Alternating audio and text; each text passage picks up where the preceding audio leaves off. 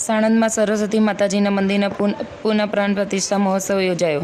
સાણંદના કષ્ટભંજન હનુમાનજીના મંદિર સામે સર્વોદય સોસાયટીમાં વાઘેલા ગેલુભાવ ઉદેસી પરિવાર દ્વારા 70 વર્ષ જૂના મંદિરનો પુનઃ પ્રાણ પ્રતિષ્ઠા મહોત્સવ કરી નવું સરસ્વતી માતાજીનું મંદિર બનાવાયું। પુનઃ પ્રાણ પ્રતિષ્ઠા મહોત્સવના નવચંડી યજ્ઞના યજમાન પદે વાઘેલા મનુભા વજુભા રહેલ। સરસ્વતી માતાજીના યજ્ઞનો પ્રારંભ સવારે 8:35 કલાકે થયેલ તેમજ શોભાયાત્રા યજમાનના ઘરેથી મંદિર સુધી નીકળી હતી।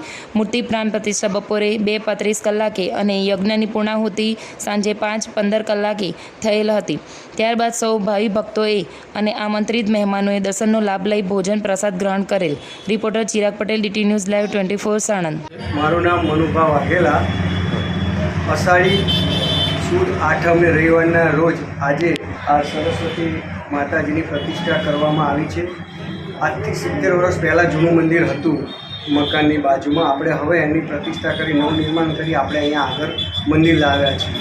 આ મંદિર વાઘેલા તરફથી શ્રી ગેલુભા ઉદેસી તરફથી અને વાઘેલા ફેમિલી તરફથી બનાવવામાં આવ્યું છે।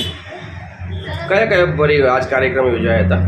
આજે માતાજીની પ્રાણ પ્રતિષ્ઠાનો કાર્યક્રમ યોજાયો હતો। નવચંડી યજ્ઞ અને પ્રાણ પ્રતિષ્ઠા અને શોભાયાત્રા।